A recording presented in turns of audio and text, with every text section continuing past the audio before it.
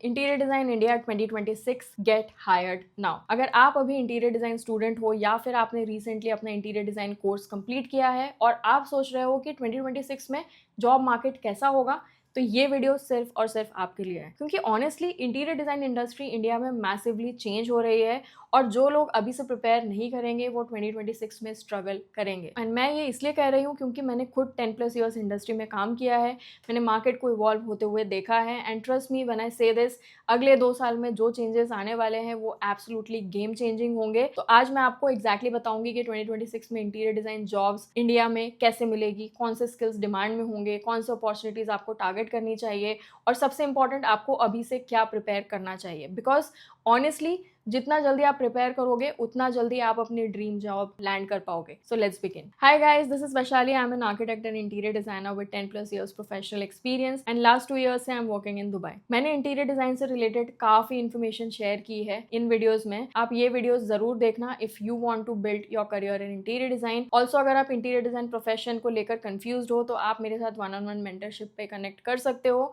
I have already connected with 500+ professional and student to guide them. Let's start with the video. The India design revolution, what's actually changing. सबसे पहले समझते हैं कि India में interior design industry में क्या change हो रहा है। और यहाँ पे मैं आपके साथ रियल डेटा शेयर करूंगी, सिर्फ रैंडम assumptions की बात नहीं करेंगे। इंडिया की रियल एस्टेट मार्केट 2026 तक ऑलमोस्ट डबल होने वाली है। मतलब more construction, more housing projects, more commercial spaces. But अब यहाँ पे ट्विस्ट क्या है, पहले लोगों को बस कंस्ट्रक्शन से मतलब था, बस एक घर बन गया हो गया। But now people are investing heavily in interior. Specially post COVID के बाद लोगों का माइंडसेट कंप्लीटली चेंज हो गया है and work from home culture भी आया है जिसका काफी इन्फ्लुएंस सब लोगों पे आया है। एंड लोग चाहते हैं कि उनका घर फंक्शनल भी हो एंड ब्यूटीफुल भी, so that work from home के लिए भी आपका घर फीजिबल हो। प्लस सस्टेनेबल डिजाइन अब एक ट्रेंड नहीं रहा, it's becoming a necessity now. Clients directly पूछते हैं क्या ये मटेरियल इको फ्रेंडली है, क्या हम सस्टेनेबल ऑप्शंस यूज कर सकते हैं। तो अगर आप भी सस्टेनेबल डिजाइन प्रिंसिपल्स नहीं सीख रहे हो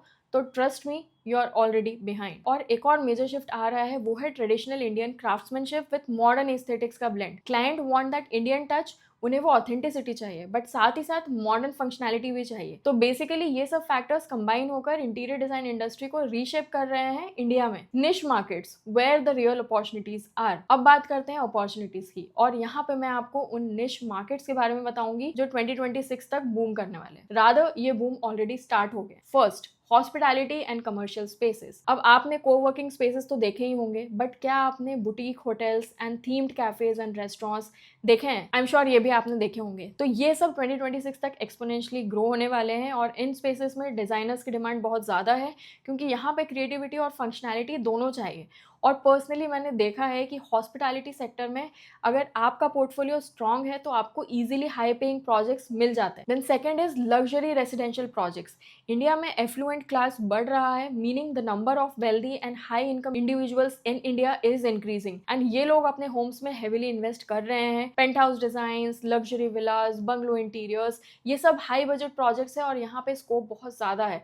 बट यहाँ पे कॉम्पिटिशन भी टफ है, तो आपको अपने स्किल्स और पोर्टफोलियो पे सीरियसली काम करना होगा। Third, middle class aspirational housing. Now ये सबसे ज़्यादा अंडररेटेड मार्केट है बट ऑनेस्टली यहाँ पे वॉल्यूम बहुत ज़्यादा है। मिडिल क्लास फैमिली अब अपना पहला घर खरीद रहे हैं और वो भी चाहते हैं कि उनका इंटीरियर अच्छा हो बट लिमिटेड बजट में। तो अगर आप बजट फ्रेंडली डिजाइनिंग में एक्सपर्ट हो तो ये मार्केट आपके लिए काफ़ी अपॉर्चुनिटीज़ दे सकता है। Fourth, specialized design services. Specialized design services एक निश मार्केट है जो स्लोली पिकअप कर रहा है, जैसे वेलनेस डिजाइन। इसमें आते हैं spaces like yoga studios, meditation spaces, senior living spaces, accessible designs for disable and physically challenge people. उसके बाद में होम ऑफिसेज, स्टडी रूम, ये सब एरियाज में बहुत कम डिजाइनर्स हैं। तो अगर आप इन एरियाज में स्पेशलाइज करते हो तो आपको कंपटीशन भी कम फेस करना पड़ेगा। Section 3, skills that will actually get you hired in 2026। अब आते हैं सबसे इंपॉर्टेंट पार्ट पे, 2026 में कौन से स्किल्स डिमांड में होंगे। अब ये मैं आपको 2 कैटेगरीज में डिवाइड करके बताऊंगी। सबसे पहले देखते हैं टेक्निकल स्किल्स। इसमें सबसे पहले तो आएगा software proficiency, AutoCAD and SketchUp. ये तो बेसिक है बट 2026 में ये इनफ नहीं होगा, आपको एडवांस सॉफ्टवेयर भी सीखने चाहिए। 3ds max for realistic rendering,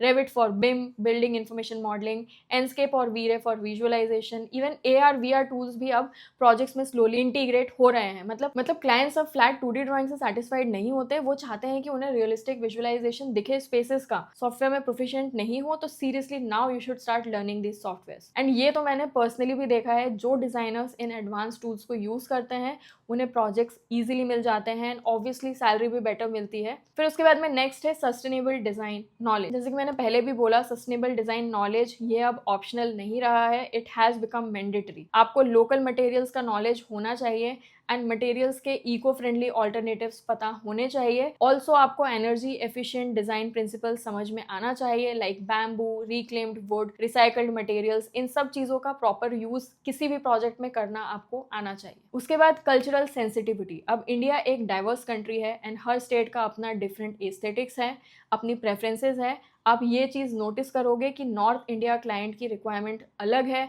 एक साउथ इंडियन क्लाइंट की रिक्वायरमेंट अलग होगी, तो आपको ये कल्चरल अंडरस्टैंडिंग भी आनी चाहिए। उसके बाद में soft skills which most people ignore. अब देखो, टेक्निकल स्किल्स तो सब सीख लेते हैं बट सॉफ्ट स्किल्स में बहुत लोग फेल हो जाते हैं। अब एक इंटीरियर डिजाइनर में स्ट्रॉन्ग सॉफ्ट स्किल्स होना बहुत ज्यादा जरूरी है। Now why it is important, इसकी बात मैंने इस वीडियो में डिटेल में की है, ये वीडियो आप जरूर देख लेना। सॉफ्ट स्किल्स में आपके कुछ इंपॉर्टेंट पॉइंट्स आते हैं, so let's look at them one by one. सबसे पहला है क्लाइंट कम्युनिकेशन। ऑनेस्टली स्पीकिंग ये सबसे इंपॉर्टेंट स्किल है। आपको क्लाइंट के रिक्वायरमेंट्स प्रॉपरली अंडरस्टैंड करनी आनी चाहिए, उनके एक्सपेक्टेशंस मैनेज करने आने चाहिए एंड अपने डिजाइन कॉन्सेप्ट्स को क्लियरली एक्सप्लेन करना आना चाहिए। मैंने देखा है बहुत टैलेंट डिजाइनर्स जो सिर्फ कम्युनिकेशन इश्यूज की वजह से प्रोजेक्ट्स लूज कर देते हैं। मतलब आपके डिजाइन्स बहुत अच्छे हैं, आपका टेक्निकल नॉलेज भी बहुत अच्छा है, बट आप उन आइडियाज को प्रॉपरली कम्युनिकेट नहीं कर पाते हो। So communication is really important. Then next is project management.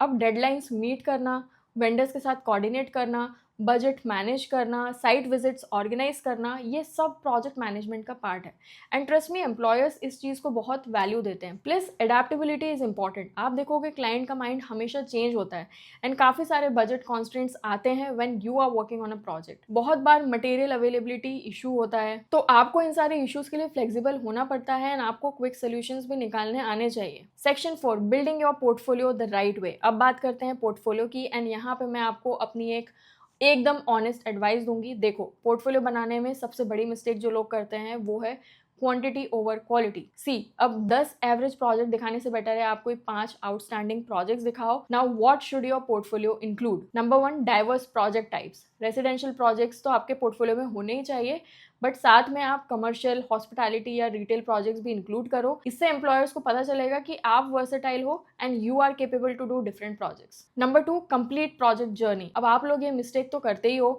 आप सिर्फ फाइनल इमेजेस या 3D ही ऐड कर देते हो अपने पोर्टफोलियो में, which is not the correct way of building a portfolio. आपको कॉन्सेप्ट डेवलपमेंट से लेके एग्जीक्यूशन तक का पूरा प्रोसेस दिखाना है through visuals and text in your portfolio. आप सब कुछ इंक्लूड करो, initial sketches, mood board, 3D renders, material selection और फाइनल इंप्लीमेंटेड फोटोज। ये अप्रोच दिखाता है that you are a professional designer and you do follow a process. Then next is personal projects. अगर आपके पास रियल क्लाइंट प्रोजेक्ट्स कम है तो आप अपने पर्सनल प्रोजेक्ट्स इंक्लूड करो। अब ये पर्सनल प्रोजेक्ट्स में आप कोई भी प्रोजेक्ट्स इंक्लूड कर सकते हो। अगर आपने रूम का रीडिज़ाइन किया है या फिर किसी दोस्त या फैमिली के घर के इंटीरियर्स में हेल्प किया है या कॉन्सेप्चुअल डिज़ाइन बनाया है, तो ये सब आप इंक्लूड करो, बट मेक श्योर कि आप प्रोजेक्ट्स को प्रोफेशनली प्रेजेंट करो। फिर उसके बाद में point number 4, before after transformation. Before after transformation को यूजुअली आप लोग बहुत लाइटली लेते हो, जबकि ये बहुत इंपैक्टफुल होता है। अगर आपने किसी स्पेस को ट्रांसफॉर्म किया है तो बिफोर आफ्टर फोटोज आप अपने पोर्टफोलियो में जरूर इंक्लूड करो।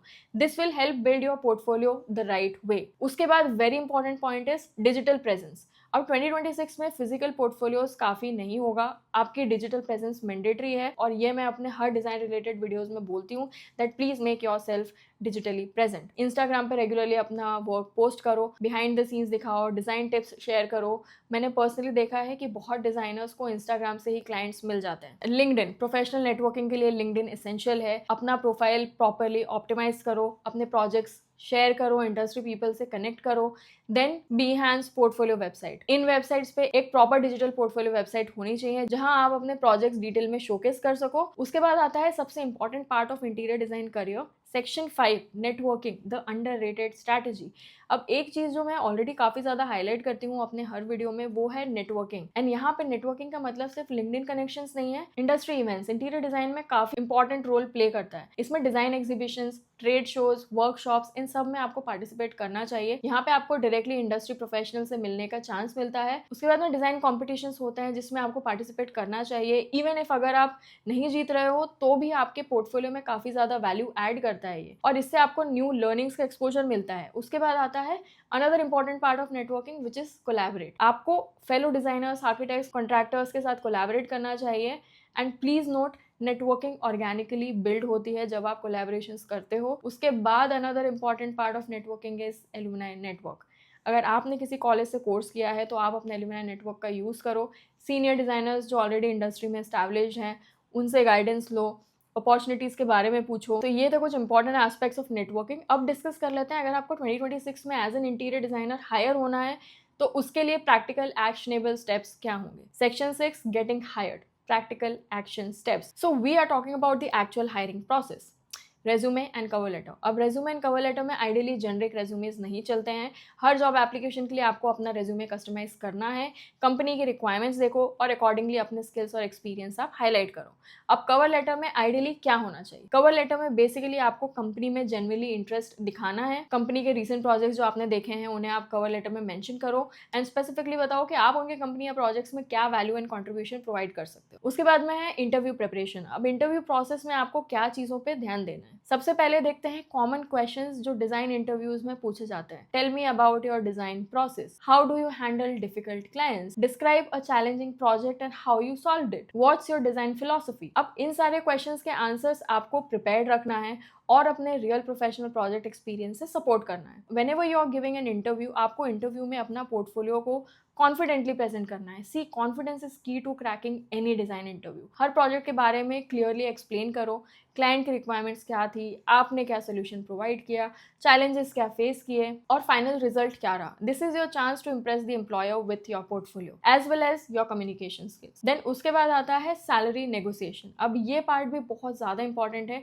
इंडिया में ideally starting salary range metro cities में 20,000 to 40,000 पर मंथ है। टियर 2 सिटीज में 15,000 to 20,000 पर मंथ है। बट ये कंप्लीटली डिपेंड करता है आपके एजुकेशनल बैकग्राउंड पे, आपके पोर्टफोलियो के स्ट्रेंथ पे, आपके सॉफ्टवेयर स्किल्स पे एंड कंपनी साइज पे। तो नेगोशिएशन करते वक्त मार्केट रिसर्च करके जाओ, अपनी वैल्यू कॉन्फिडेंटली प्रेजेंट करो, but always give a realistic number, don't give absurd numbers. आप जो भी एक्सपेक्टेशन बताते हो it should really make sense. फिर उसके बाद मूव ऑन करते हैं। Next section of the video is section 7, freelancing versus job, what's better for 2026। This is one of the most important discussion जो आजकल होना ही चाहिए। इंटीरियर डिजाइन में फ्रीलांसिंग बेटर है या job? Honestly it depends on your situation. अब job में pros क्या है? Stable income, learning opportunities from seniors, structured growth, company resources and support. Jobs के कॉन्स क्या है? Limited creative freedom, sometimes fixed working hours, salary cap. Then आता है freelancing. अब फ्रीलांसिंग के प्रोज क्या है वो देख लेते हैं। Creative freedom, flexible scheduling, unlimited earning potential, choose your own clients. Freelancing के कुछ कॉन्स भी है, वो क्या है वो देखते हैं। Income instability initially, no structured guidance, you handle everything your own, marketing, finance, client management, everything on your own. So मेरा पर्सनल सजेशन है 2026 में अगर आप फ्रेशर हो तो पहले आप अच्छे से 2 से 3 साल जॉब करके experience low, increase your real time project experience, learn everything about the process of interior design, gain market understanding, साथ ही साथ इंडस्ट्री एक्सपीरियंस गेन करो, प्रोफेशनल नेटवर्क बिल्ड करो, अपने software and interpersonal skills strengthen करो। उसके बाद अगर आप फ्रीलांसिंग करना चाहते हो तो वो ट्रांजिशन काफ़ी स्मूथ होगा बिकॉज आपको हर चीज़ की अंडरस्टैंडिंग ऑलरेडी होगी। Now let's look at the reality check, what nobody tells you. अब कुछ हार्श रियलिटीज़ जो मैं आपको ऑनेस्टली अपने एक्सपीरियंस के बेसिस पे बताऊंगी। Number 1, initial years are tough. Now keep this in mind, पहले 2 से 3 साल स्ट्रगल होता ही है, सैलरी कम होगी, वर्किंग आवर्स ज़्यादा होंगे, एप्रिसिएशन कम मिलेंगी, बट ये लर्निंग फेज है and the most important one. इस फेज में आप अपने इंटरेस्ट एक्सप्लोर कर सकते हो, you can figure out what you actually like and improvise your skills in that particular domain, and this you can do by trying out different kind of projects, different kind of companies, different cities. So explore as much as you can and be the best version of your strengths in these initial 2 to 3 years. Point number 2 is not everyone becomes famous designer. अब social media पे जो famous designers देखते हो आप, so it's not necessary वो reality में भी famous ही हो। मोस्ट डिज़ाइनर्स एंड आर्किटेक्ट्स आप देखोगे वो नॉर्मल जॉब्स ही करते हैं, नॉर्मल सैलरी अर्न करते हैं, and that's completely okay. Success का मतलब फेम नहीं होता, सक्सेस का मतलब होता है stable career and job satisfaction. Next point is constant learning required. अब time and again I have repeated this that degree ले लिया इसका मतलब ये नहीं आपको सब कुछ आ गया। Interior design is a field where you have to thrive continuously, you have to be aware with new trends, new materials, क्योंकि इंडस्ट्री कॉन्स्टेंटली इवॉल्व हो रही है एंड आपको भी साथ ही साथ खुद को इवॉल्व करना इंपॉर्टेंट है। तो अल्टीमेटली 2026 में इंटीरियर डिजाइन जॉब्स इंडिया में डेफिनेटली अवेलेबल होंगी। इनफैक्ट अपॉर्चुनिटीज काफी ज्यादा बढ़ने वाली हैं, बट कॉम्पिटिशन भी टफ होगा, तो आपको अभी से खुद को प्रिपेयर करना स्टार्ट करना होगा। सबसे इंपॉर्टेंट चीज ध्यान रखना, कंसिस्टेंट रहो अपनी लर्निंग्स में, अपने नॉलेज में, अपने एक्सपीरियंस में, बिकॉज सक्सेस तो ओवरनाइट नहीं आती है, ये एक ग्रेजुअल प्रोसेस है, इट्स ऑल्सो अ जर्नी।